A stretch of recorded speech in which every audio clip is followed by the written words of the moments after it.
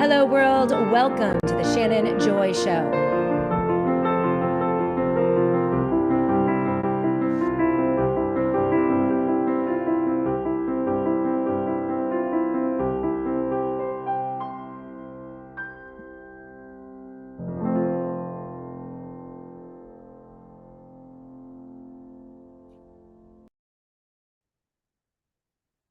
Hello, world, and welcome to the Shannon Joy Show. We're broadcasting live from the Joy Virtual Studio right here in the beautiful Finger Lakes region of New York State. It is so great to be with all of you today. It is Thursday, March 26th. We are live on Rumble, live on Twitter, live on Spreely TV, Roku TV, Apple TV. We're live on Substack. Great to see all of you who are watching on Substack. Please give us a like, a thumbs up, and a subscribe, growing by leaps and bounds over on the sub. We're also on the Twit. If you are watching right now on Twitter, please give us a like, a thumbs up, a comment, and a retweet. That's how we grow the Shannon Joy Show organically. To everyone watching on Facebook, great to see you.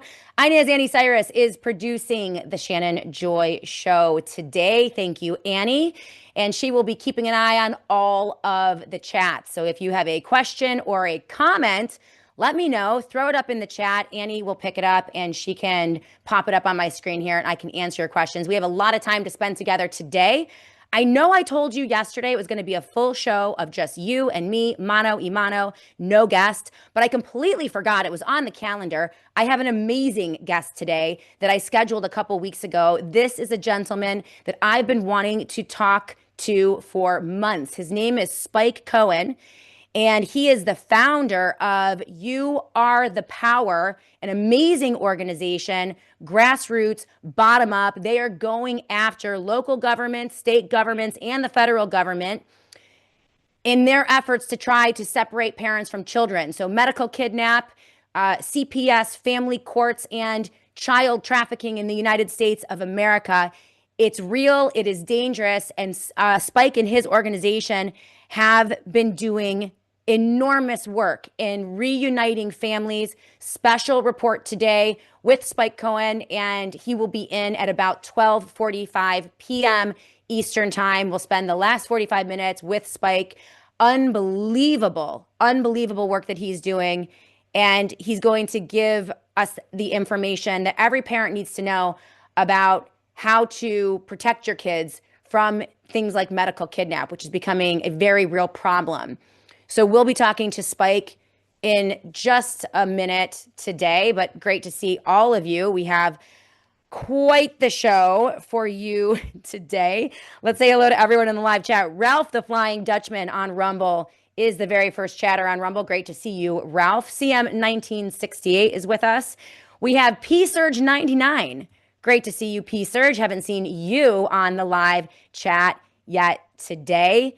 And of course, as I mentioned, we are broadcasting live on the Twit today. And I see you, Re-Evolution Cafe Orchestra on Twitter. Hello, Shannon. I've been doing gangbusters on Twitter lately, by the way. Like, my Twitter game is on. And last night, I don't know if you saw, if you guys are following my Twitter account, but I'm one viral post after another, really racking up the impressions. And you see the headlines for today's show. I don't know what to, I don't know what to say. I cannot even with the headlines that we have to cover here every day on the SJ show. It's Crazytown, USA. We live in Crazytown, USA. And every day you don't think that things can get more bizarre and insane. And then, well, we had what went down in Washington, D.C. yesterday. Did you guys hear the one about the robot, the tranny, and the hooker?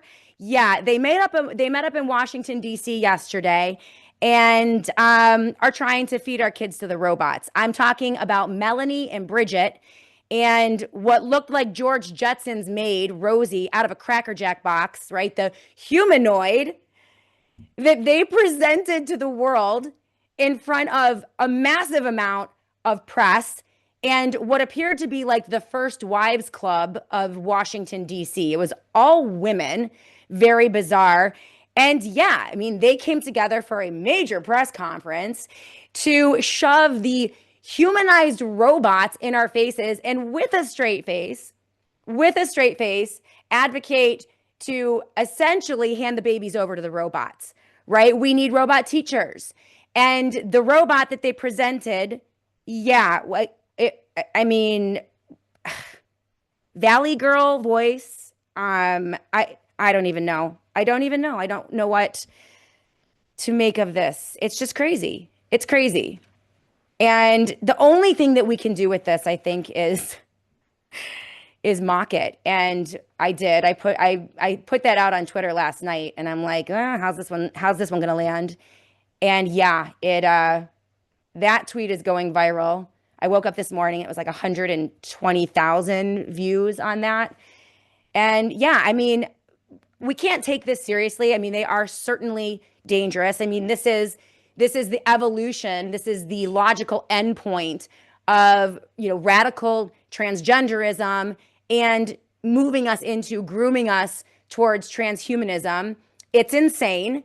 These people are insane. We should not take them seriously. And, Melanie and Brigit can, I don't know, go hang out with their little robot, but we don't need them.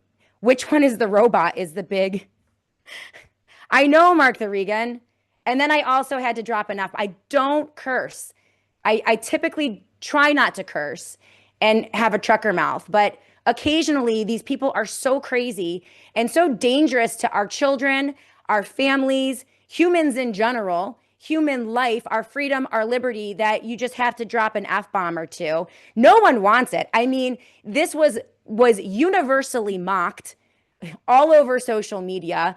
No one really took this seriously. And the technology isn't there. There are very dangerous things and horrifying things that they are currently doing to our children, namely injecting them by the tens of millions in this country with all sorts of poisons, with the childhood schedule, the COVID shots, you name it. Attacking families through the court system, CPS, family courts, separating parents from children, indoctrinating them in public schools. We see all of this, brutalizing and mutilating their bodies through gender affirming care, abortion on demand in clinics across the country, organ harvesting and trafficking in organs. The people in control of things today are incredibly dangerous to our children. But what they did with the robot yesterday, that was a humiliation ritual. That they were mocking us. There was nothing beneficial about that. And it was essentially, I mean, just on display, their disdain for humanity, for humans. And so they trot out this Cracker Jack box, robot that is frankly ridiculous.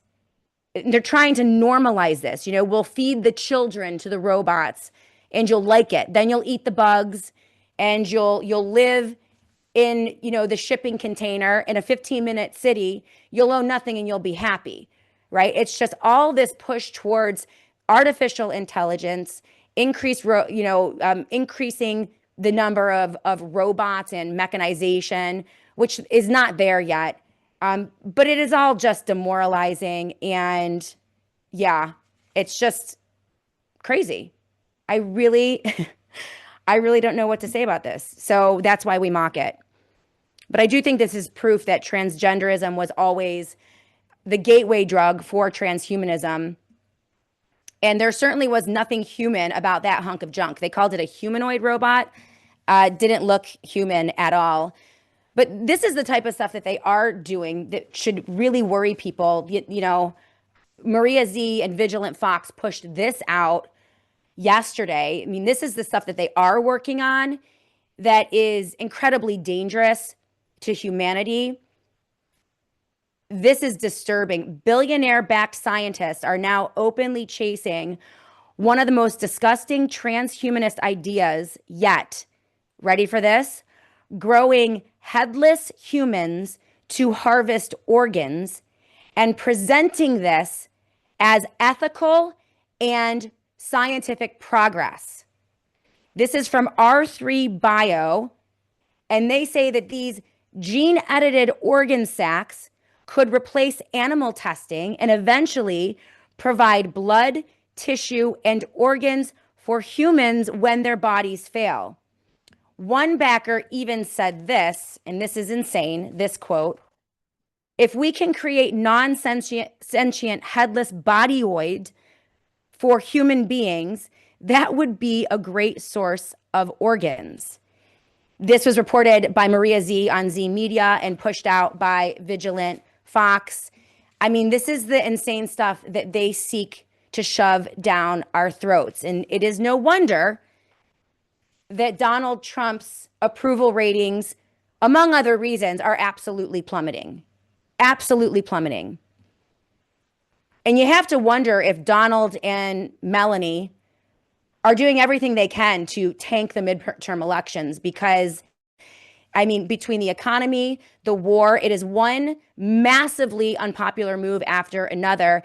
And the circus sideshow that they presented yesterday on Capitol Hill was yet another example. Mr. Worthless Eater has this to say: "These robots won't be so cute or human when they are carrying auto rifles and hunting us down along with kill drones flying over our heads." And I'll guarantee that that's the plan. Trump's support is absolutely going down the toilet. Mark the Regan on the live chat on Rumble. Hey, Re-Evolution Cafe. Fight the power, Shannon. You are love and mother courage. Well, thank you. Thank you so much. I appreciate that comment on the Twitter. If you are watching on Substack, we want to hear from you as well. Another quick show note: tomorrow, the SJ Show live on Friday. We're going to do a live show at the regular time from the Joy Virtual Studio right here. I'm going to be self-producing and welcoming Peter Schiff into the Joy Virtual Studio tomorrow for a very, very important discussion about what is going down with the economy, gold and silver, the markets, the oil shortage, oil prices skyrocketing, inflation, and what he said yesterday would be one of the worst financial collapses we have seen, even worse than the financial collapse of 2008. We need to hear from Peter Schiff tomorrow, and so that's why I'm doing a special live show. 12 p.m. Eastern time, we start. Make sure that you mark your calendars and show up tomorrow. That is going to be a very important show. The poll numbers are plummeting on purpose. I pushed this out on the Twitter. Trojan Trump is doing a bang-up job for the Democratic wing of his uniparty. If you've been watching the SJ Show for the past 12 years, you know that about 10 years ago, I predicted this. When Donald Trump came down the escalator and announced his bid for the Republican nomination for the presidency of the United States of America, I told my audience that he is a New York City liberal Democrat, a predator, and he always will be. He is a Trojan horse. His agenda will be to come in and destroy the Republican Party, and it appears our nation as well, because we've given him 2 terms. And so this is absolutely coming to fruition. And these polls, this is from Interactive Polls, Democrats have flipped a total of 12 state legislative seats in special elections in between 2025 and 26. Texas, Iowa, Arkansas, Mississippi, Pennsylvania, Florida, Georgia, New Hampshire, and another one in Mississippi, just in the past 6 to 8 months. We have a Fox News poll. This was pushed out by Publius on the tweet yesterday from March 20th to 23rd, 2026. Independents' approval of President Trump is now plummeted to 25%. 75% of independents now disapprove of the job that Donald Trump is doing. And as we know, as independents go, so goes elections in America. That is if we even have midterm elections, because we all know that Donald Trump could absolutely pull a stunt, declare an emergency because of energy or World War III or illegal immigration or another scamdemic, you name it. We don't know what it's going to be, but can't you see him declaring an emergency and canceling the elections in 2026? I could see it. Not saying it's going to happen, but I absolutely can see that happening. Great to see you. We're going to have Spike Cohen on in just a minute. Silver Country is with us on the live chat. Mark the Regan is with us. Mr. Worthless Eater, I see you. Bill Benz is with us. 13 thumbs up. Hello. Yes, if you guys are watching on Rumble, on Twitter, on Facebook, on Substack, all of that engagement, whether it's commenting or following the show, if you're on Substack, subscribing to my Substack page and also becoming a paid subscriber, that is all very helpful in growing the SJ show organically. And we have had exponential organic growth. I know I mentioned my Twitter game. We're growing in every platform that we're pushing this show out. And as you guys know, the Shannon Joy Show is completely independent. So I don't have financial backers. I'm not owned by a corporation. I'm not seeded by a political action group. I'm not aligned with any political parties. I'm completely independent, not left, not right, not Democrat, not Republican. Totally independent. And despite that, despite not being platformed, being thrown off of platforms, being suppressed by algorithms, we've been able to wiggle out. And I was just going over, these are just the Twitter numbers. I was mentioning to Annie this morning as we were prepping for the show, just to put this in perspective.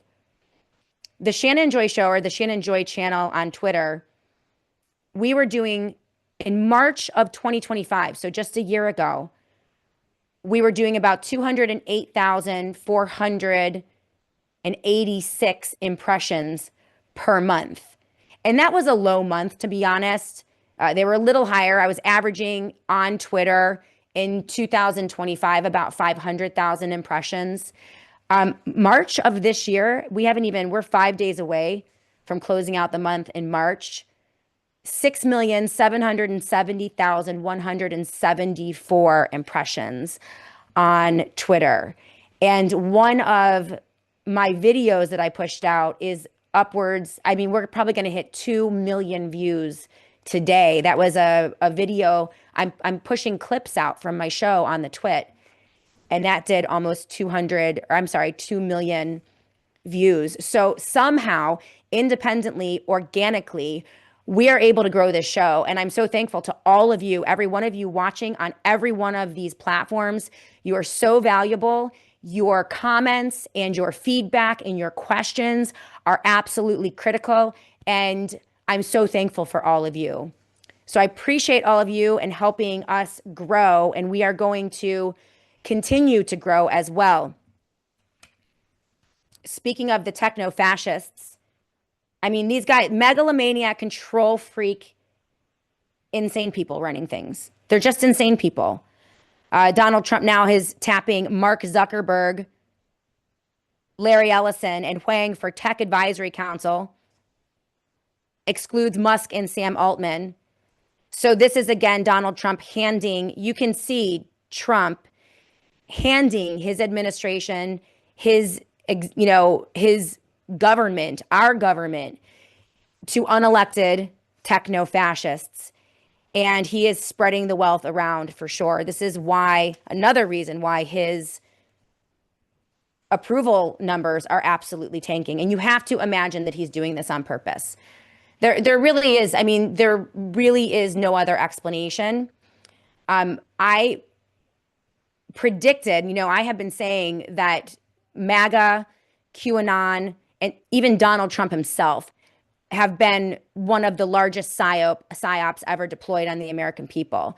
I think Trump was designed to come in and literally break apart everything. Trump derangement syndrome existed on both the right and the left, right? The people who despised him lost their minds over it. The people who worship him have lost their minds over that, right? The entire country, this polarizing figure, just breaking ourselves against him and accepting more and more tyranny, as a result of the focus that we're placing on this one central character. It's truly, truly breathtaking to behold.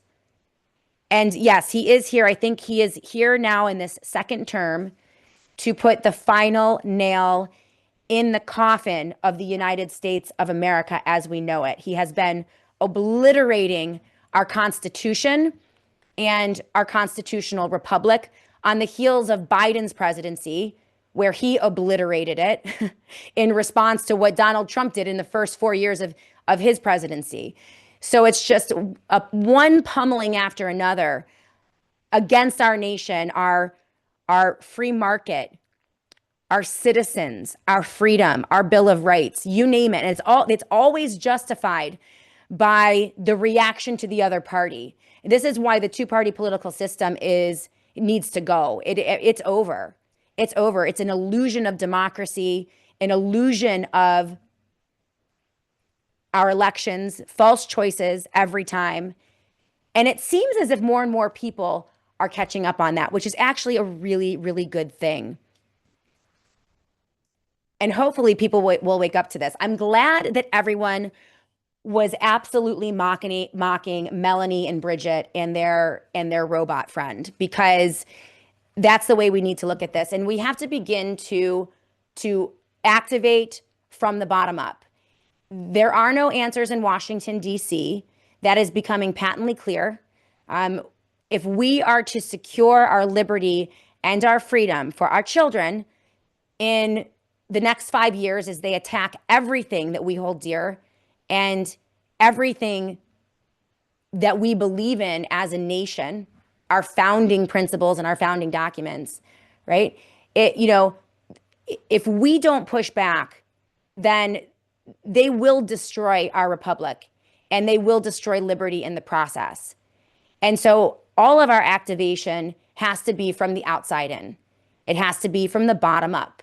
Your local organizations, your local organizing, your state legislatures, all hands on deck outside of Washington, D.C. And we're seeing signs of this. This is one of the reasons that I'm really thrilled to be interviewing Spike Cohen today, who is the founder and president of You Are the Power, which is a grassroots organization, helps protect people against abuses from their governments. And I'm sure he's going to have a lot to say about local organization. We're also going to welcome Levi Leatherberry, who is organizing locally. He is the head of a major organization that helps people to connect and grow grassroots organizations to protect liberty, our Constitution, and our founding principles. So we're going to be speaking to a lot of experts and activators across the country in coming months to show you exactly how you can begin to fight back from the bottom up. We absolutely need to organize, because this is just gone. This is off the rails. We're in Crazytown, USA, and I want to have Chris Martinson on. He's been on before on the SJ show. He's wicked smart. He's an ideas man, financial expert. But I would love to figure out a way to organize a tax revolt. I think we have to strike. I think we have to organize in this country and strike and figure out a way to hit them where it hurts and starve the beast. And I don't know how to do that. People have tried to do that. It never works. Most of them end up in prison, and we don't want that. But I do think that there's strength in numbers. And this is why I talk about organizing so often. This is why organizing is so incredibly important. There has to be a safe and legal way for millions of Americans to come together. Maybe it starts with petitioning and sending those petitions to legislators in DC or state legislators, alerting them to our actions, doing it in a very transparent way. I found another great organization. Oh, I'm forgetting the name of it, but I'll find it for you guys. Another organization, it's a fellow out in California, and I can't remember his name, but he is advocating full, transparent revolt, like peaceful civil disobedience, peaceful revolt, but full transparency so that they know exactly. I mean, his point is that we're surveilled. Everything that we do is surveilled at this point. It's game over. Okay. Like with the control they have over our devices, um, our machines, the internet, it's very difficult to do anything in like a secret way. So secret plans aren't going to work for us. But if we organize in a very transparent way through petitioning, and I'm going to start really looking into petitioning as well, I think that we can achieve a lot. And so we'll talk with Spike about that today on the show. We'll talk with Levi Leatherberry about that as well. He's going to be in next week. And then I will find the name of that fellow that I just mentioned in the break, and we can talk. But I mean, enough is enough. Enough is enough. Melanie, Brigit, and the robot, that did it for me. That's ridiculous. They look like Muppets. The Muppets and puppets with Cracker Jack box robots and that look like something out of George Judson's. I mean, it's absurd. It's ridiculous. These people are crazy. And the people in real power are sadistic, sociopathic lunatics. I'm utterly convinced. They have absolutely no respect for human life. That is becoming patently clear. When they want to hand our children over to robots, and they say this with a straight face, and they put on that absolutely ridiculous circus sideshow to mock us, that's what they were doing. That was the point of Melanie and Brigit and their little robot and all of the women, right? Notice there were no men there. Like that's how ridiculous and absurd that was. That was on purpose. They did that to humiliate us. They did it to mock us. And to basically send the signal that you have no power. We know, you know, we know, you know, you know, you know, we all know that it's over, right? We will use your bodies. We will break your bodies. We will send you into a war machine in Iran. We'll institute the draft. We'll force you to inject yourself and your children with poisons. We'll lock you down. We'll cripple your economy. We'll pull the rug out from you time and time again. And you're just going to lay down and take it. And we're going to prop up a tranny, a robot, and a hooker to tell you all about it. And we're going to broadcast it all over. And that's what we think of you, citizens of the United States of America. That's what that was. Make no mistake. It's an anti-human agenda. And we need to mock it, we need to resist it, and we need to refuse to comply with it. And the only answer is organization. Massive, grassroots, bottom-up organization from every corner of this beautiful country. And we need to overwhelm Washington, D.C. There are way more of us than there are of them. We surround them. We're just divided. We're just divided. We need to unite. That's why the other central point here that I hammer over and over and over and over and over is that we have to break out of the two-party paradigm. Democrats and Republicans work together. They are on the same team. But more and more people are waking up to this. I don't have the video here. I should have linked it in the show notes of the SJ show today. Lindsey Graham went to his home state to give a speech about Trump. And I kid you not, the audience booed him for 6 full minutes. And he stood up amidst all of the boos, and they were so loud. It was one of the best videos I've ever watched. He's talking about how great Trump is, and they're booing. He's talking about how much he loves Trump, and they're booing. He's talking about how they have to elect all of the Trump-endorsed candidates in the midterms, and they're just like relentlessly booing this guy. It was delicious. More of that, please. We need it. Zen Woman, Thomas Massey, and Ron Paul should get us organized. I'm going to bring anyone and everyone I can into the Joy Virtual Studio and interview them. Anyone who is organizing from the bottom up. I mean, this is it, guys. We're going to have to set up our own supply lines. We're going to have to make sure the electricity is on in our own communities. We're going to have to make sure people get fed in our own communities. I mean, because they are literally going to pull the rug out from underneath us. And this is, as you guys know, and I have pushed out for many, many, many months now, this is a controlled demolition of our economy. They are doing this on purpose. Absolutely on purpose. And so now that the numbers are tanking for Trump, though. Oh, I see you on X. Oh, we have some commenters on X. If you have a comment or a question on Substack or Twitter or Facebook, make sure you pop it in the chat box, and Annie will keep an eye on that, and she'll let me know. But this is from Squints on the Twitter. Trump is Zelensky 2.0. They were both actors. Yeah. Donald Trump was and is in the WWF, like the Worldwide Wrestling Federation, or maybe it's WWE, I don't remember. But he was like a character. I mean, he is in the WWF Hall of Fame. He's a professional wrestler and a reality TV actor.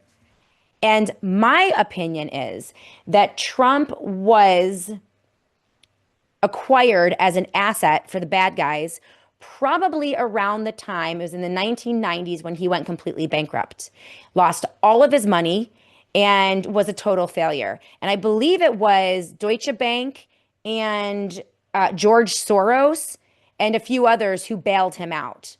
So they came in. I think that's when Trump became acquired as an asset. And I think he's an actor. I think he's a political actor, a reality TV show actor. And he was playing the shtick of the Republican for the past 10 years. But really, his mission is to just come in and break everything and wreck everything. And if you missed my show yesterday, Patrick Wood, who is the founder of technocracy.news, was in with me yesterday. I don't know if you guys missed that show, but go back to yesterday's show and watch my interview with Patrick. He blew my mind with what Trump apparently independently, with the blessing of his backers or his puppet masters or whoever is pulling the strings on Trump, his initiative to become essentially the king of Gaza, right? A technate, a technocratic state in the Middle East is unbelievable. I mean, there is an infrastructure built, like a military apparatus, a financial apparatus, a governing board that Trump appoints for life and rules over.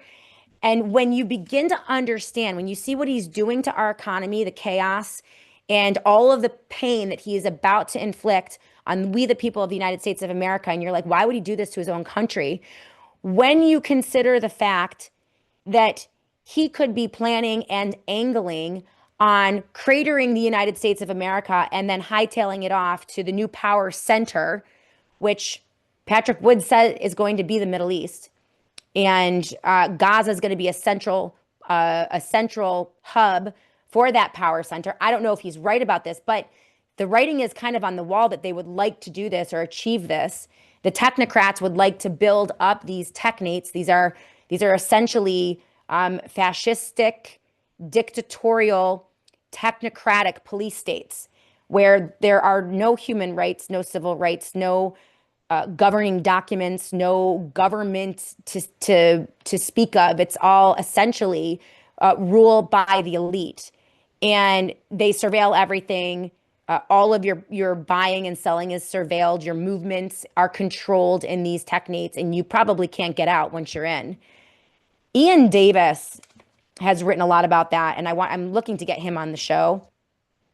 They have technates all over the world. Gaza is just going to be, I think, the major prototype. And it is going to be, I mean, Trump and his family are establishing themselves as the rulers. It's really crazy. Really crazy. So go back and watch that video from yesterday with Patrick Wood. It was a doozy. Next week, by the way, we have Dr. Peter McCullough is going to be back on the SJ show on Monday. Don't miss that, among other great guests. And yeah, we're just going to continue to call them out. Hey, on Substack, great to see you, Michael Gone. Yeah, you liked my twit, right? My Twitter tweet. Listen, you got to mock these people. They're crazy. They're crazy, and they're walking us through humiliation rituals, and we shouldn't accept it. We just shouldn't accept it. So we're not going to. Um, let's do this. Let's go take a break because I see that we have Spike Cohen in the Joy Virtual Studio. I'm super, super pumped to talk to Spike about his work and the news of the day.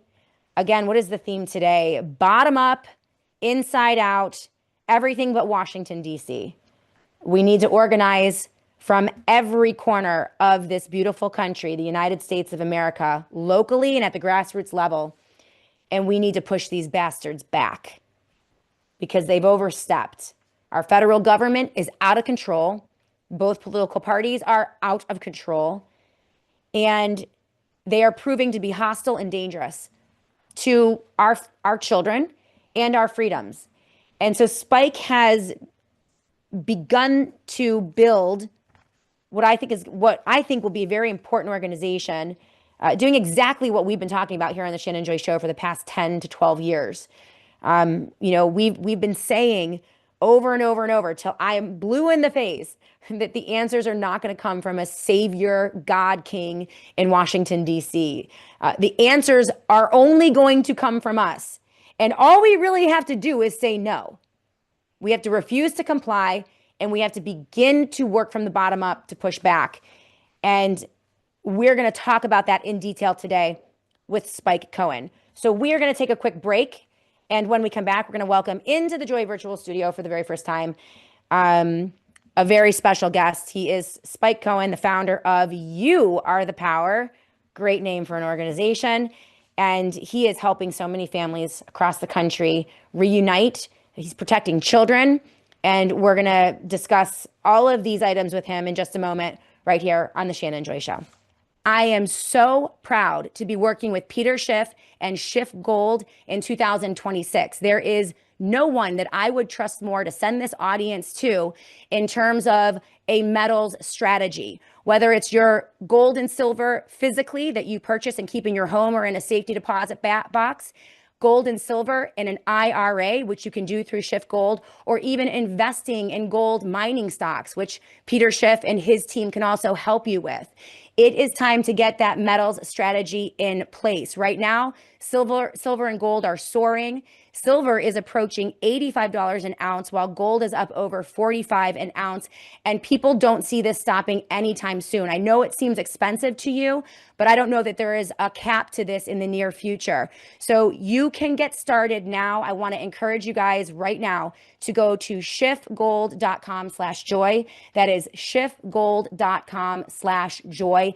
Everything that you need, Peter's analysis, market reports, research reports. You can get plugged into his investment services, physical gold and silver, which we're going to be talking about this month, and also protecting your retirement with a gold or silver IRA. It's all right there at your fingertips on my page, schiffgold.com/joy.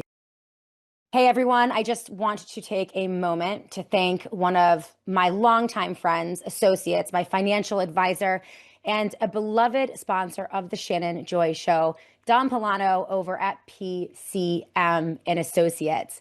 Don Polano, as many of you know, was the very first Shannon Joy Show advertiser almost 12 years ago, and he's been with us ever since. I trust Don Polano. He manages some of my assets and my retirement fund, and he's offering his services to all of you. He can take clients anywhere in the country and even across the globe over at PCM and Associates.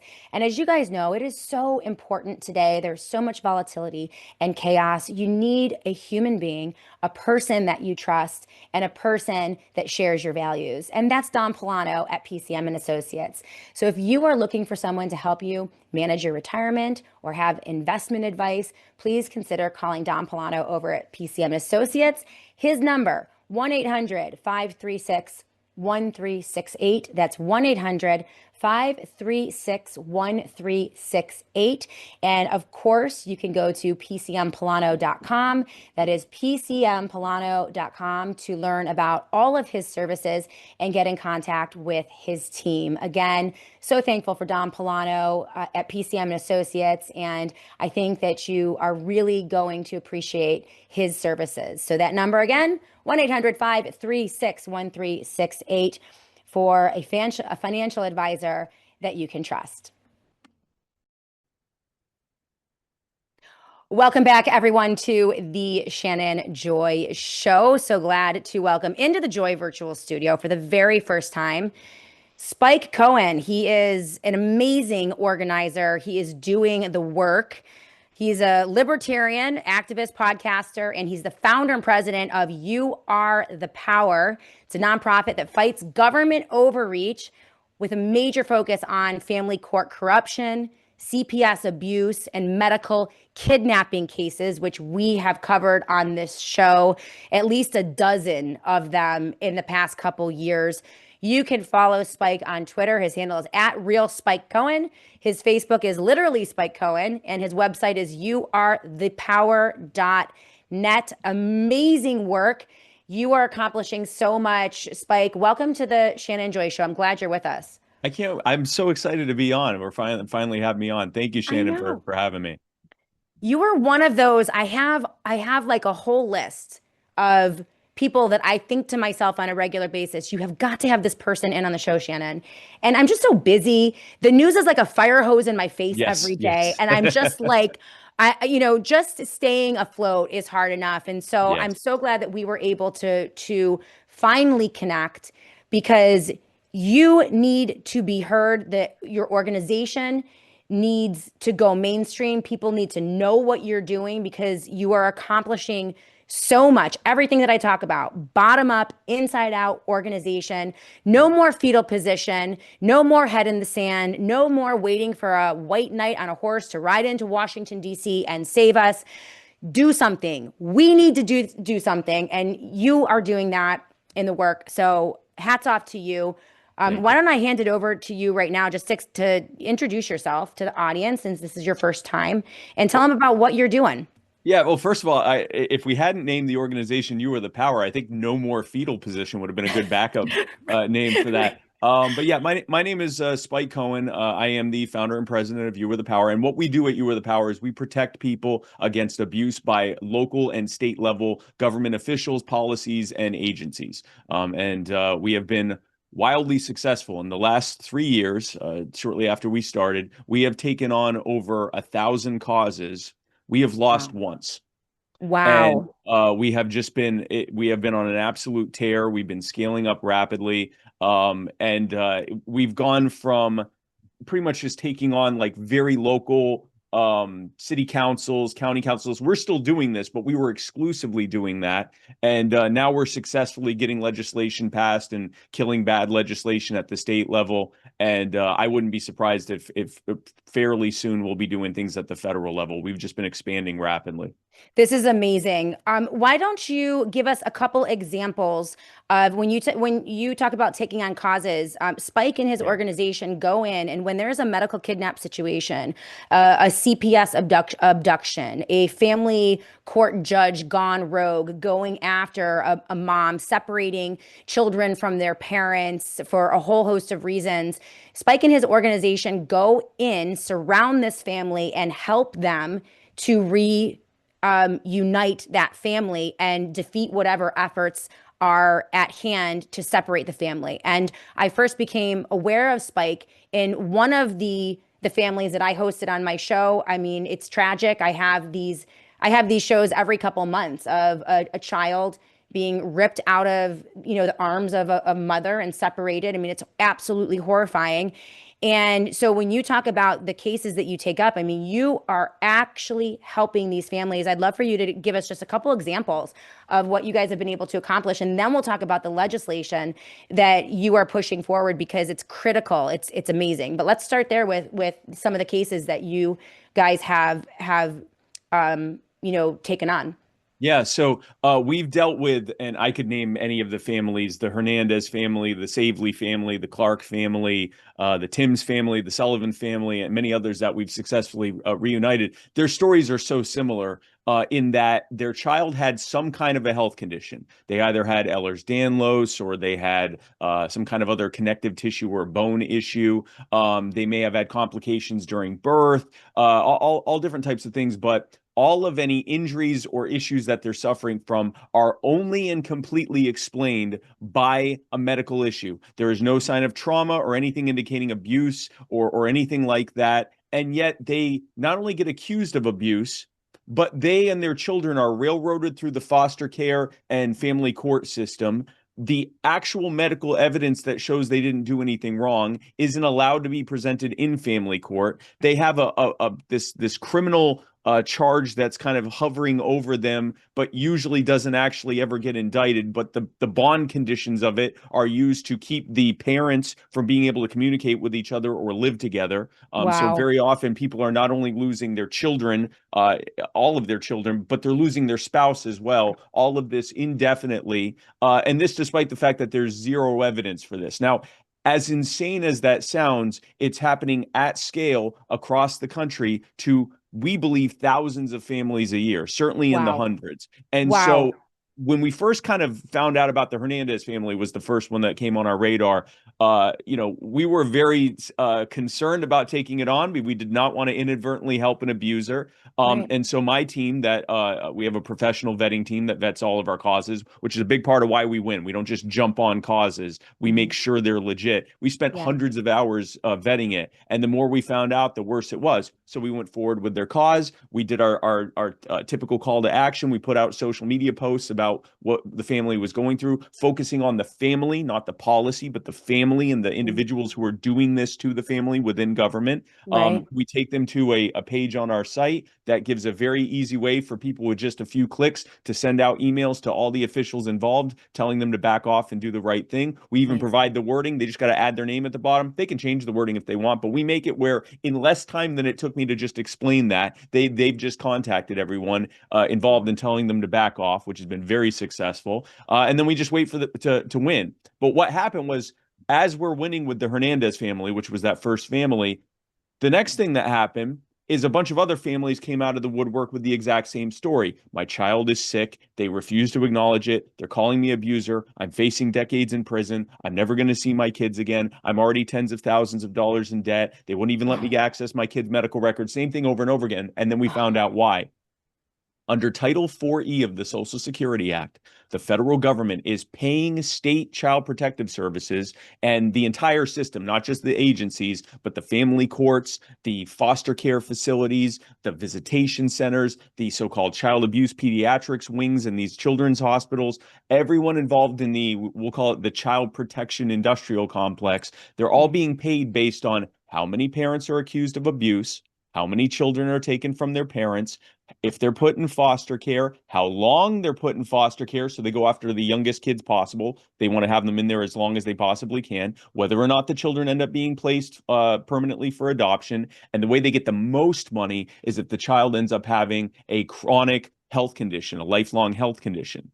So that creates the perverse funding incentive structure so that an actual medical doctor is looking at a child who obviously has osteogenesis imperfecta or neonatal rickets or Ehlers-Danlos or some other potentially life-threatening illness without treatment. And instead of saying, let's get this child the treatment they need, instead that doctor thinks cha-ching, Oh because my that's the word. maximum amount of money that they can get. So we've been fighting that tooth and nail, reuniting families. But that's sort of the head of this monster, is Title 4E. And you mentioned that you believe this is happening systematically across the United States of America in every state because of that funding that is tethered to the federal government. And most definitely hundreds of parents and children, but perhaps thousands, which I would believe, given the fact that gag orders are often put in place, the Yeah. parents are frightened into submission.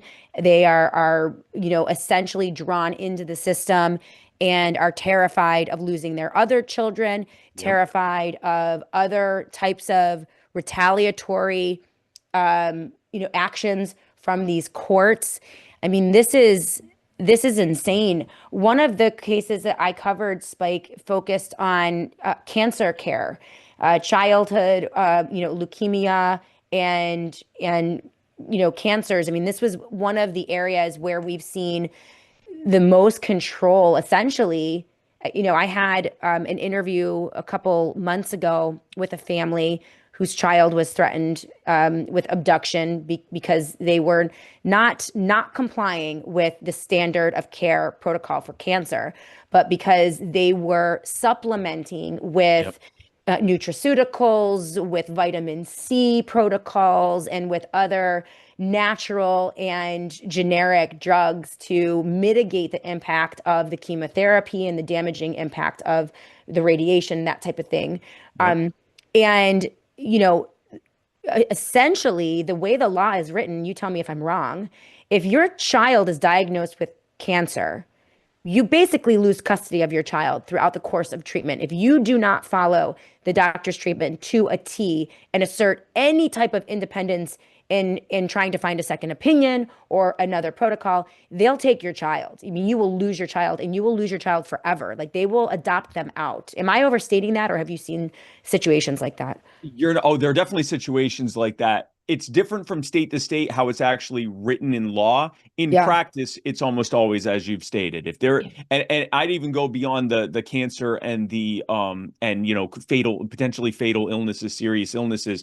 Very often in practice, not how it's written, but in practice, if a doctor makes a recommendation for you and your child that they believe is a life and death issue, and you get a second opinion and then go with that second or third opinion, or if, like you said, you supplement with something else, that's very often a good way for you to lose your kids, or at least to be Wow. now having a CPS case being built against you and you fighting to keep your kids. I'll give you an even more crazy example than that, because there might be people watching this saying, well, yeah, but with cancer, it could be a life or death thing or something like that. I would still disagree and say that a parent should be able to make decisions for their child's care, especially if they are actually seeking treatment. It's not like they're saying, oh no, I'm not going to do anything. They are still seeking treatment. And I would argue that 999 times out of 1,000, the parent cares more than the doctor. But we had a Yes. case, and it's one we're still working on. A lady in Texas, with her son, with her baby son.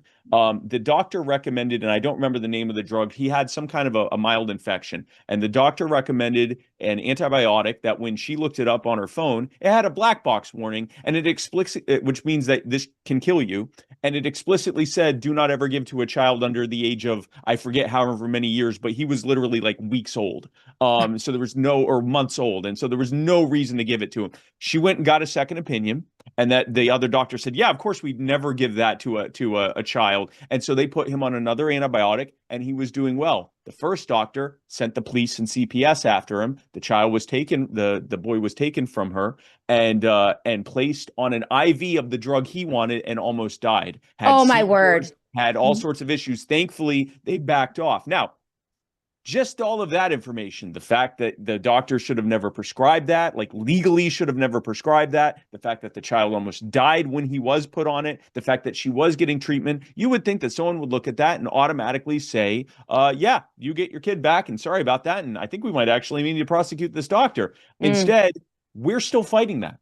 She's still fighting to get her son back after that. Oh This my is word. Well, years later. I'll help you with that one if if you want to have, she wants to come on the show, or we want to push that out. That's Absolutely. insane. That's horrifying. Yeah. It's absolutely horrifying. And you mentioned the state of Texas.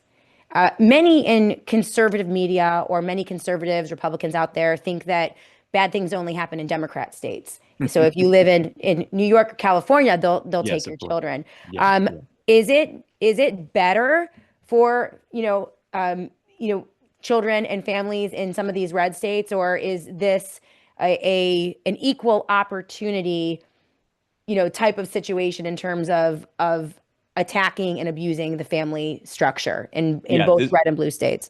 this is a 50 state problem. It is neither a red problem nor a blue problem. It is a green problem. It is Mm, the federal money. government. This is how they get the bulk of their funding. And then some states, and this doesn't really seem to matter whether they're red or blue, it's just which way they went on funding. Some states then harmonize their state level funding to Title 4E or something similar to that, so that now it's pretty much, if you even want to keep the lights on, you need to have a certain number of new active abuse cases every month, every quarter, every year. And so we've heard from former agents in different CPS agencies who were told, we were told, you have to have a certain number, you need to find a certain number of new abused children every month, or you have to find a new job. And it's a quota system. And this is what happens. I mean, we're dealing with another case. We're just in the beginning of it, where police departments across the country are knowingly, wrongfully arresting people for DUI, even though they blew a 0.0 on the breathalyzer, and then they let them go without charges because that gets them a check mark for an arrest, and that gets them federal funding. And so here's what happens. Federal and state funding that is tied to a specific metric leads to quota systems. And Yes. those quota systems, it is easier to just frame someone than it is to actually investigate a case. So not only do you end up with a bunch of innocent people being railroaded for something they did not do, but you end up with more people that actually did do it getting away with it as a direct result of it not being investigated. And that helps these agencies because they're able to turn around to the public and to the legislators who fund them and say, even with all of these additional children we've taken from abusive families, we're seeing more abuse than ever before. So we need even more money. So it actually, again, this is how perverse incentives cause perverse outcomes. It actually creates a situation whereby it's best for them to only go after, or mostly, or even just primarily go after innocent people, and allow the actual problem to get worse. This is why we try not to go to government for solutions to our problems, is because they remove all the accountability and other types of negative feedback that would lead them to have to do better if it were being done voluntarily through the market. And so, yeah, this is it's not a Republican problem. It's not a Democrat problem. This is a perverse incentive problem. It's not even specific politicians. You could take all of the existing politicians and remove them, and all of the existing CPS agents and everyone in the agencies, and remove them and put in all new people. And if these same structures were in place, give it a few years, it'd be right back to what it is right now. Unbelievable. This is a third rail. This is something that Republican and Democrat politicians will not talk about. Very difficult to get them to discuss this type of perverse funding that Spike Yeah, is explaining here. And you've gone as far as to call this, I think correctly, state-sponsored child trafficking. This is 100%. Yeah. child trafficking. Yep. Yep. It is. And I've had people say, well, are you sure you want to call it that? Okay. Child trafficking is the taking of a child from an innocent family and giving to another family or another situation for a monetary incentive. And also, these things are being done illegally.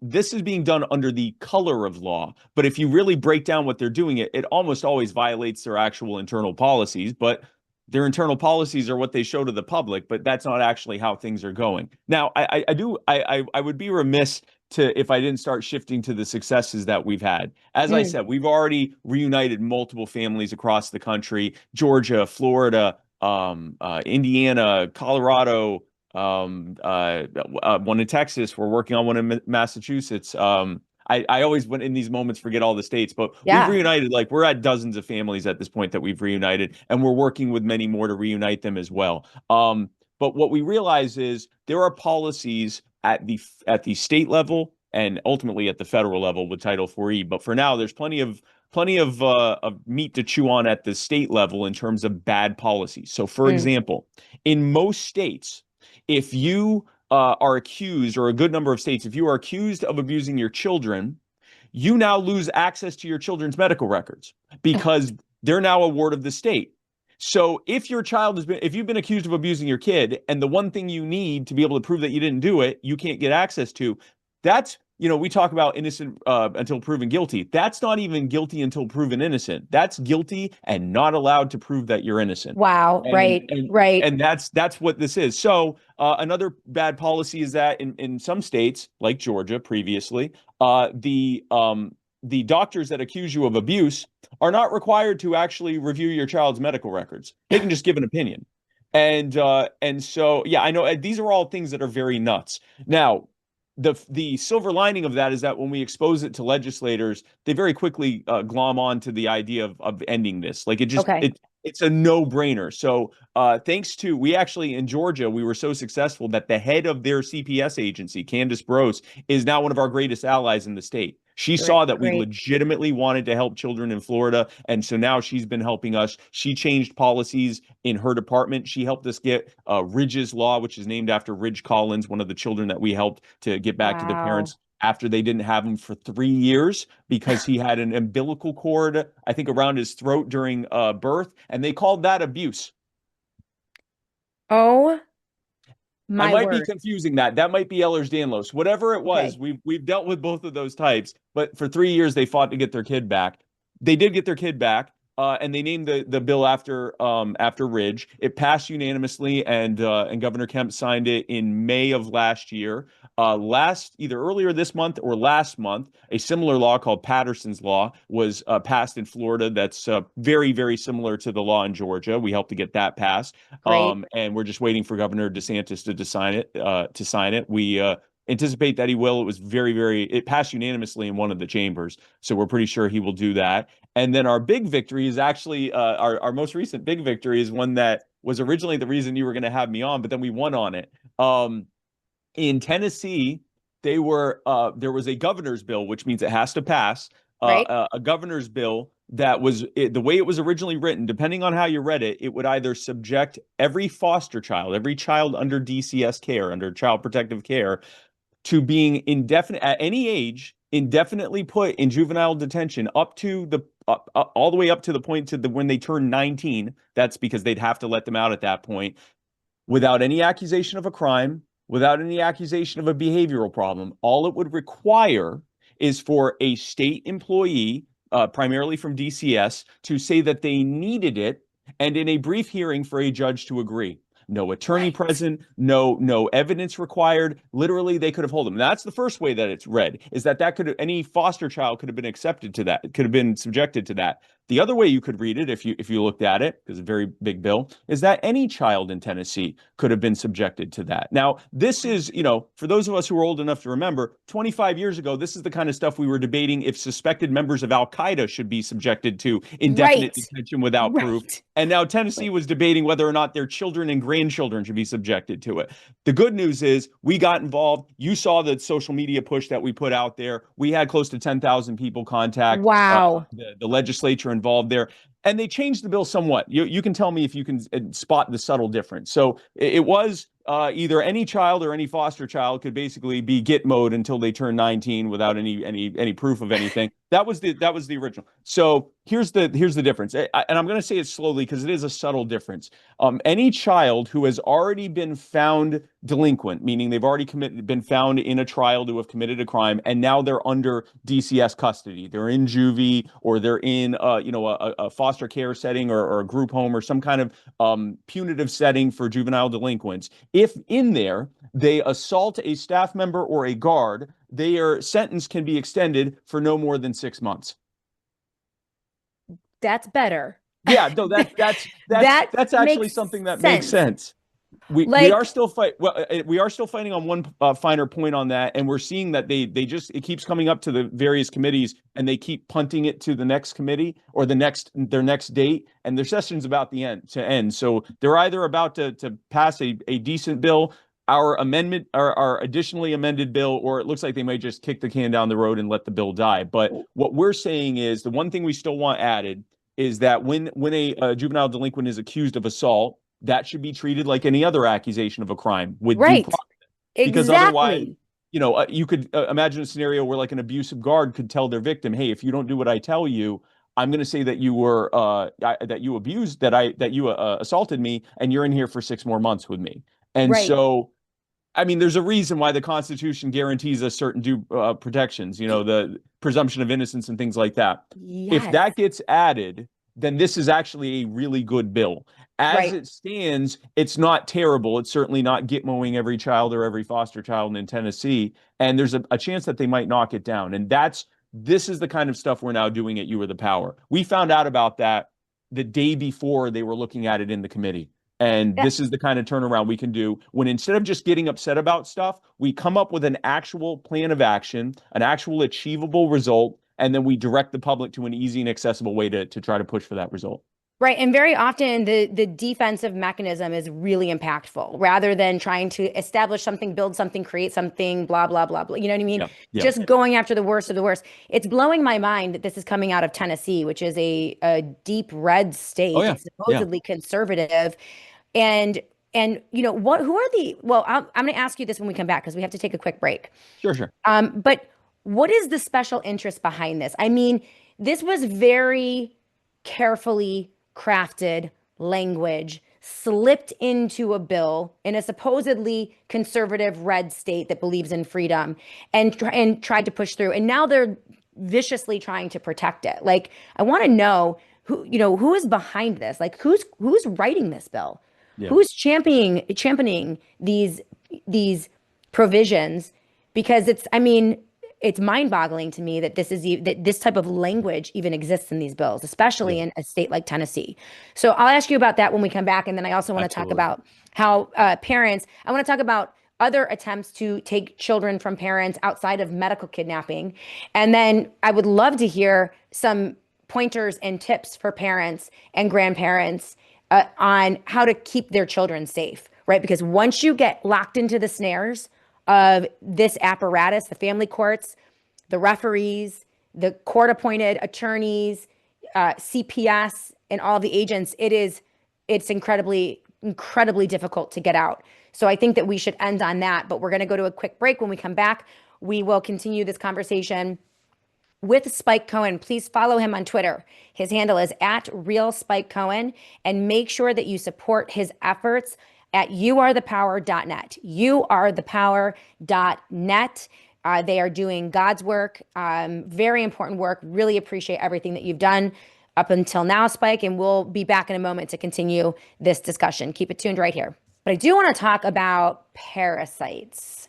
So, as you know, there's been a big medical hack of 2025. Everyone's talking about parasites. In fact, my husband, devastatingly handsome Dr. Joy, was recently talking about parasites as well.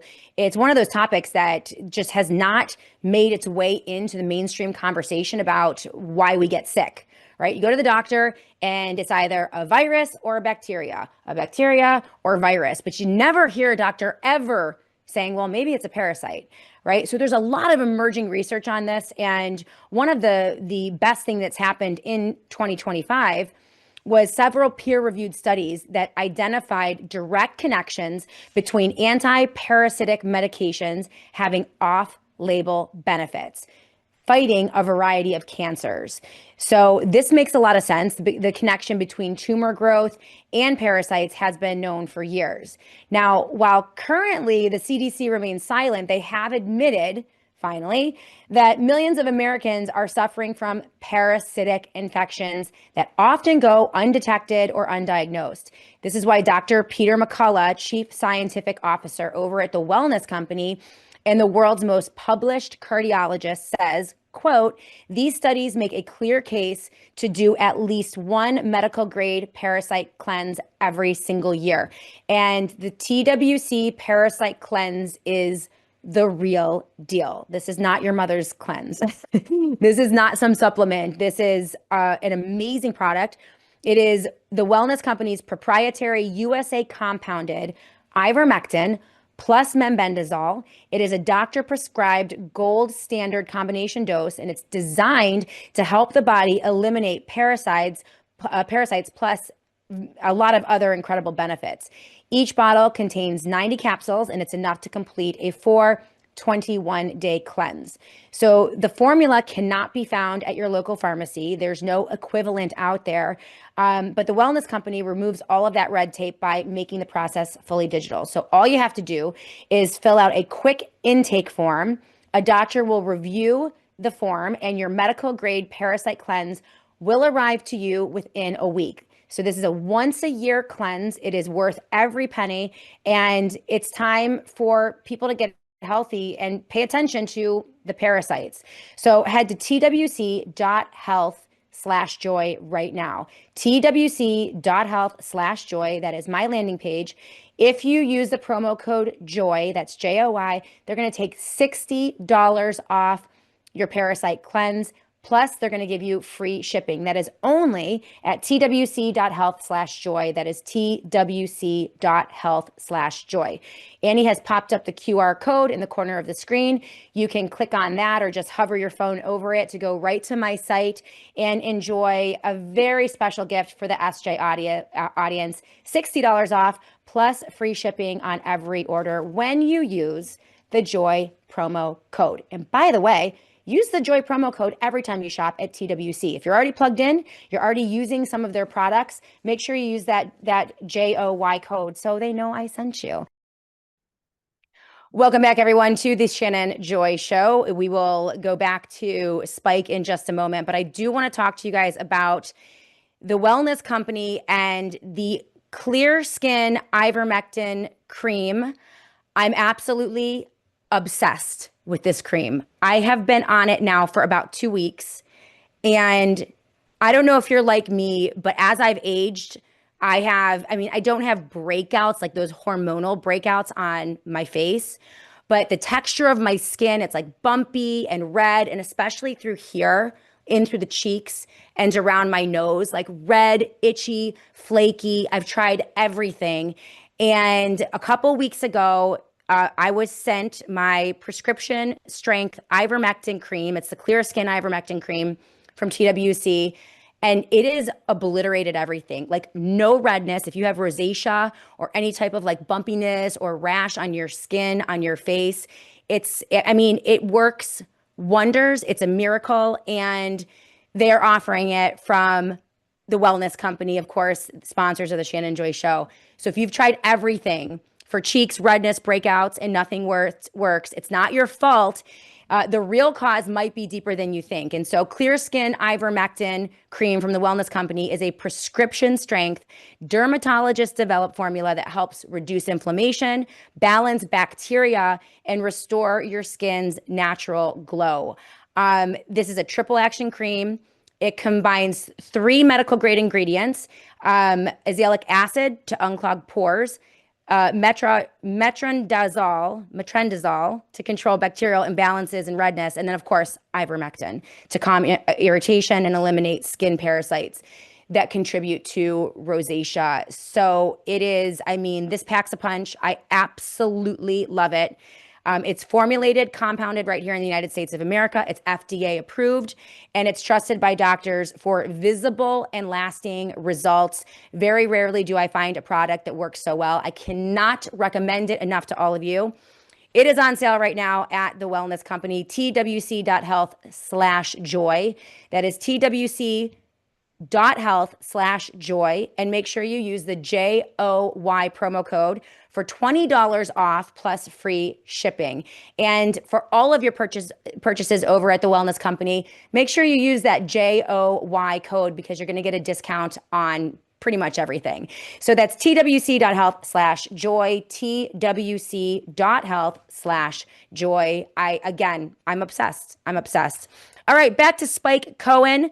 So glad to feature him for the first time here on the Shannon Joy Show, doing just absolutely amazing work protecting families against government overreach, local and state, particularly from the family courts and agencies like Child Protective Services. Great work, Spike. And I would like to have you on more often as we cover more and more of these cases. I wanted to ask you about the special interests or the moneyed organizations. I mean, these bills don't come out of nowhere, like the Tennessee bill that you just explained in the last segment. Bills designed to incarcerate children without due process in juvenile detention centers with just a recommendation, all children of Tennessee. That doesn't just, appear out of nowhere. It's carefully crafted and inserted into these bills. And I'm wondering if you have any insight as to the organizations, the interests behind these types of pieces of legislation and the people cashing in on the trafficking of children in our country. Any thoughts? Yeah, so what happens is, generally speaking, with any of these things, uh, as we're in the process of helping the families that are affected or the individuals that are affected, we're also doing the rabbit hole deep dive of, okay, who specifically is benefiting from this thing, whether it's an eminent domain action or, child trafficking under the color of law, medical kidnapping, massively increasing detention of innocent people, whatever the thing is. We are looking also behind the scenes of what brought us here, and usually the that's answered by figuring out where the flow of money is coming from. Right, Like I right, said before, this really is not a red or blue problem. It's a green problem. You Were the Power is a nonpartisan 501c3 nonprofit, but even if we weren't, we'd still be saying this really is not a political party problem or specific individual politicians. This is what happens when human beings who are all driven by incentives are told, hey, the incentive here is for you to do this really terrible thing to people, right, then this is right. what ends up happening. And so I will say we moved so quickly on this bill in Tennessee. We actually haven't had time to do that kind of a deep dive to know specific organizations. What Mm. I suspect is that if you dug deep enough on the original proposal, that it would not surprise me if you ended up tying it to whatever local detention center and prison contractors there are. It definitely helps the agencies involved on two fronts. First, it helps them get more money, and also Tennessee, like many states, has such a problem with the fact that they're taking so many children at scale, which is the byproduct of getting all this federal money for the fact that they're taking as many children as they can. They don't actually know what to do with them. And so we know in Tennessee, at least 200 children have been sent out of state, which costs them significantly more, like several times more what it could to keep them in state. So if nothing else, there was probably an incentive. Let's just bring them in state and it'll save us on the budget. But that assumes that you're only still going to have that same number of kids. You've just created a new criteria that allows you to take way more kids, which means you're going to end up in the same budget nightmare as before. So it's not for nothing that often this is just really bad planning that just, gets legs and keeps getting worse and worse as mission creep sets in. But yeah, no, typically with any of these things, it's very quickly you can tie it to specific things: private prison contractors, the actual agencies themselves needing the revenue that they get from it. With the medical kidnapping thing, the foster care facilities, the family courts, the child abuse pediatrics wings at the hospitals, they're all making money based on this. And what they do is they create this. All of us are fallen, sinful beings who can find ways to kind of rationalize the things we do that are less than perfect, right? And so Of we've course. we've heard this before. We've actually talked. I talked with a CPS worker who quit in Texas. He and his wife both quit. And his breaking point for him was when they said, well, yeah, I mean, we do definitely take children from innocent parents. But think about it. The worst case scenario there is they're probably going to a better family. They probably have, better financial situation. They've been vetted by the state. They're going to be in a better situation. And, they're going to have a free community college if they want to go to that. They're going to have free health care for life. They're going to get a lot of things because they were in the foster care and adoption system from the Oh state. my word. Much better situation than the parents they were with. And that's the worst case scenario. But the worst case scenario, if we don't take a child from an abusive parent, they could die. So you tell me, which is the worst, the worst Well, evil here?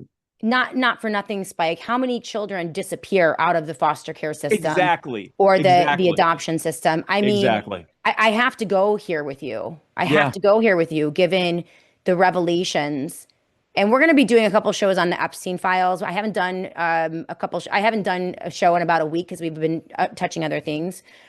But there's a lot more coming out. Yeah. Horrifying, grotesque, monstrous. Yeah. The people who run things in Washington D.C. are vicious predators. That is the only takeaway that I think you can have when you witness what is being revealed by the release of these documents. But we have to ask about child sex trafficking and the trafficking of children, I mean, children being gr grotesquely abused. Would this system, I mean, protecting this system, wouldn't that be the perfect funnel to move children into really horrifying positions where they're not better off? They're not better off at all. They're actually being severely abused in the hands of foster parents, Yeah. adoptive parents, all through this system. Your thoughts on that? in the state of Georgia alone, since 2020 alone, they have lost over 5,000 children. Unbelievable. And a significant number of those are teenagers who either aged out of the system and they have no idea where they are. So you can insert your thoughts there. Hopefully they went back to their parents, but you don't know. You don't know what happened. They have no way of knowing. Crazy. Or they were actually lost while still, teenagers or tweens or whatever age, and they just don't know where they are. So they're being taken at, in many states, they're being taken at such scale that they're putting them in hotel blocks with other teenagers. Basically, the hotel, an entire floor, an entire section of the hotel is just filled with kids in hotel rooms with little to no supervision. And some of them are being locked in the CPS agency buildings and being put in the offices of these CPS workers. They don't know where to put them.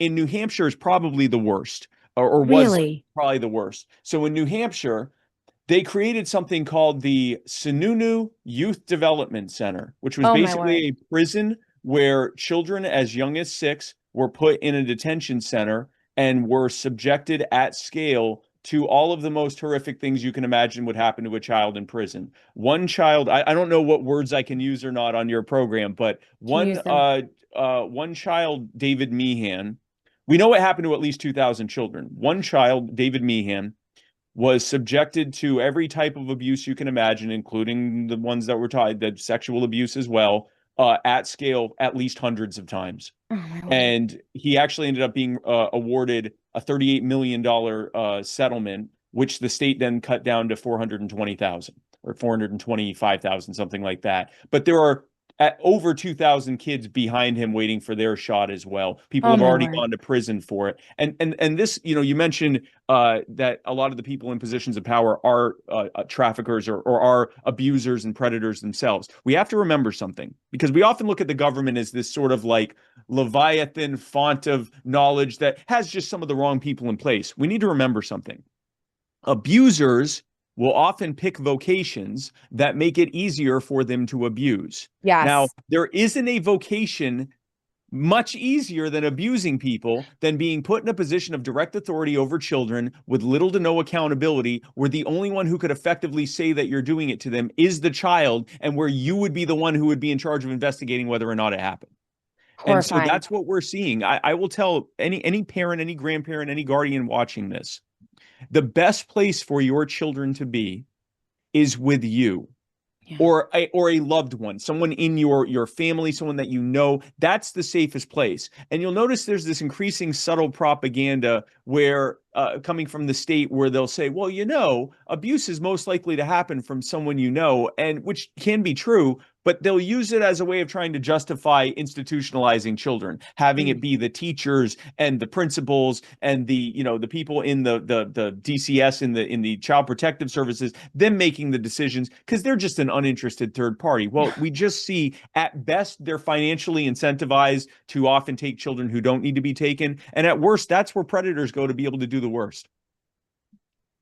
Utterly horrifying.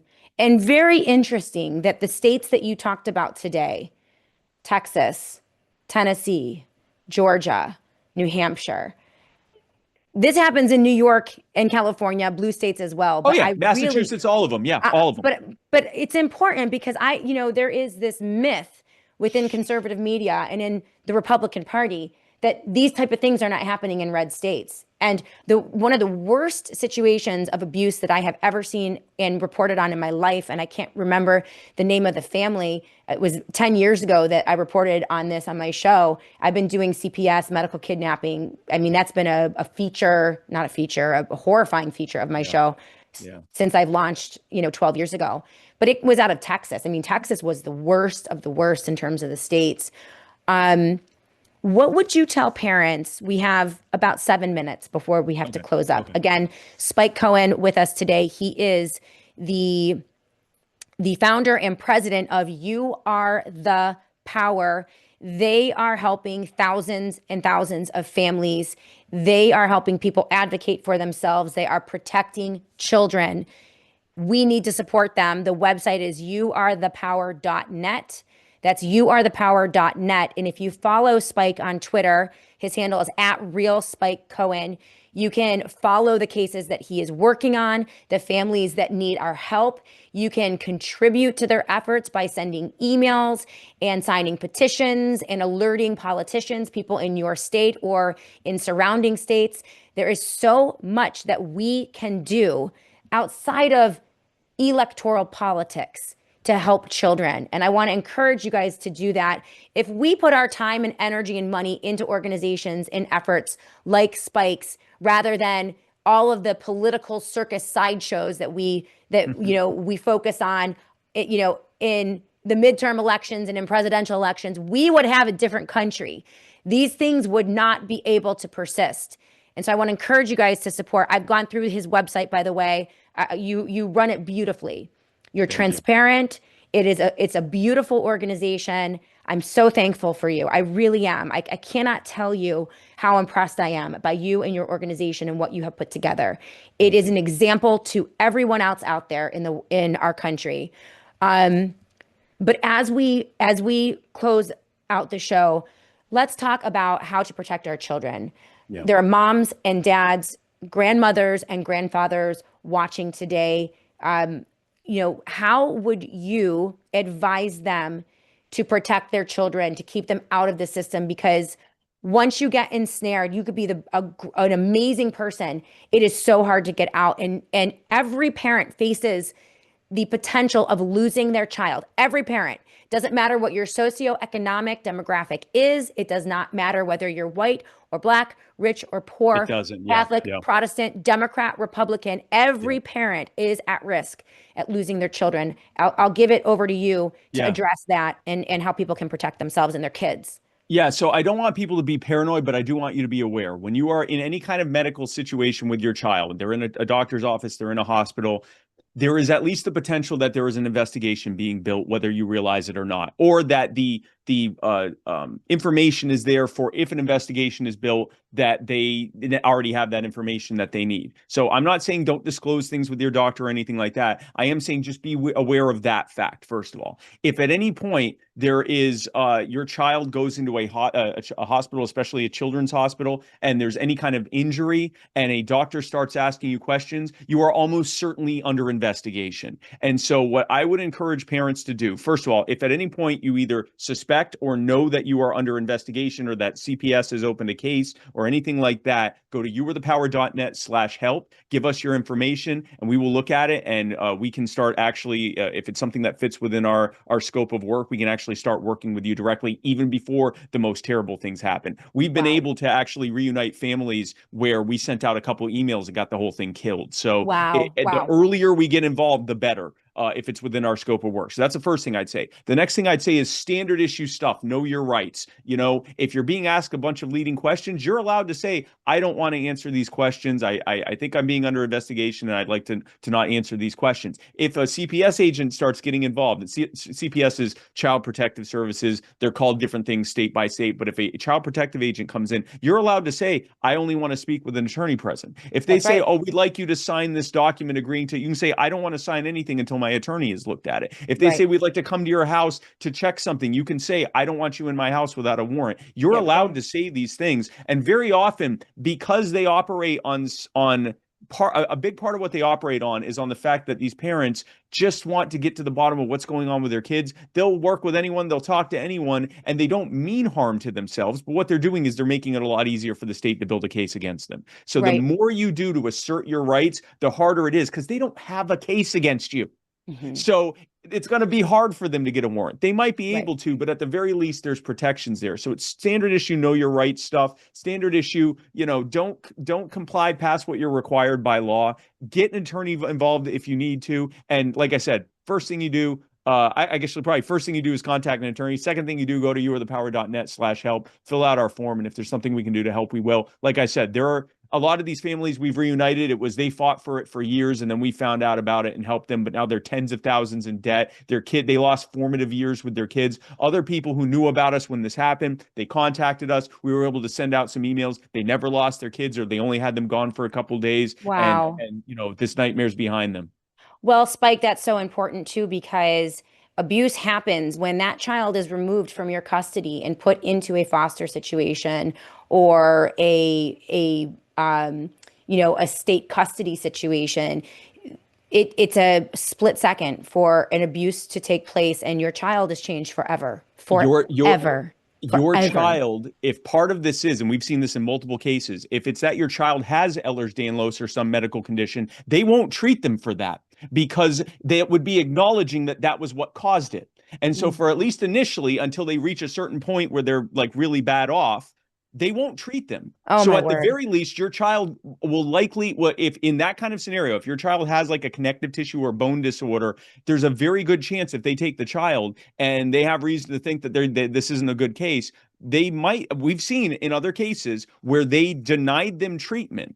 Yeah. And then even after they had to start treating them, they still pretended that that wasn't what was causing the injuries. But Right. there are times where children were, and I'm talking children, newborns, weeks, months, couple years old, have issues that need medical intervention, and they weren't getting it, essentially because that would kind of require them to acknowledge that that's probably what was causing it. Right. Right.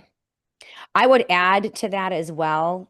Make sure that you trust your practitioners and be very discerning in who you take your children to. I drive my children 50 minutes, because there is one practitioner in my general area that I trust my children to see. So that's one area. Keep your families together.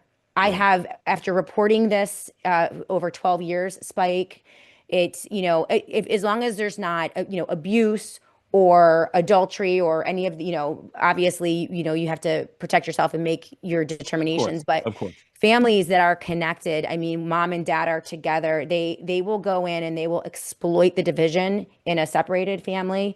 And very often that allows the state to come in as a wedge between the mother and the father. You're inviting the state into your family situation as a mediator. And I've seen that exploited and abused so many times over the years. So I would say that document. Yeah. If I was in a situation and my child was in a hospital situation, an emergency situation, my phone would be recording the whole time. Yeah. I wouldn't let them know, but in my purse, the record button, every interaction that I had with the doctor, and there are also actually some documents that you can present to, a hospital or a situation where you can establish some of your rights there as well. So those are just some things that I would add to Spike to parents, because man, it's dangerous out there. This type of stuff keeps me up at night It's a with my horrifying kids, thing. you Yeah, know? no, it's a horrifying thing, and I mean, in some of the and I, because I don't want to end on a sour note. These were cases where we were able to reunite the families, but we've heard that these families were essentially told, "Listen, you right now you're not allowed to talk to your wife. You're not going to see your kids. You're facing decades in prison. If you sign this, you're not going to see your kids again. But the prison's over, and you got your wife back, and you're young. You can have more kids." It's And unbelievable. instead, what happened was we got those children back home where they belonged, and Good for you. we reunited them. All right. Okay. Well, here's your pitch. I mean, how can people help you, find you? What do you need from them? And we're going to close the show out. Yeah, go to youarethepower.net. If you want to be at the tip of the spear of doing this, you can join to become a member and you'll be among the first to find out about new causes, how you can get involved. You can become a volunteer and by going to youarethepower.net/volunteer. And if you're in a position to give, these causes typically can cost anywhere from $2,000 to $5,000 on the low end to up to $25,000 if it actually goes to criminal and family court. So Right. every little bit helps. You can go to youarethepower.net/donate. But it all starts at youarethepower.net. We love to have you be a part of this. All right. Spike Cohen, amazing work. Thank you so much. We'll have you on Thank again. you. Okay. Thank you, Shannon. I'd love that. Of course. Of God course. bless. All right, everyone. That's it. We have exhausted our time here on the Shannon Joy Show, Thursday edition. Thank you so much for being with us today on the show. Tomorrow, live show, 12 p.m. Eastern Time, right here. We will welcome Peter Schiff into the Joy Virtual Studio. Your money, your wealth, the incoming financial collapse. He says it's going to be worse than the 2008 housing collapse. You need to be prepared. Do not miss tomorrow's show. It's going to be a very, very important show. Next week, Monday, Dr. Peter McCullough will be live in the Joy Virtual Studio, among other great guests. So I appreciate all of you. Thank you so much for being with us today. Make sure that you sign up for your daily e-newsletter at theshannonjoy.com. theshannonjoy.com. This is the way that I can stay connected to you. If we ever get deplatformed, pulled off of Twitter, shoved off of Rumble, you never know when they're going to pull the rug out from underneath you when you're an independent like this show. And so the most critical thing that you can do today to help keep this independent show thriving and independent is to sign up for that daily e-newsletter.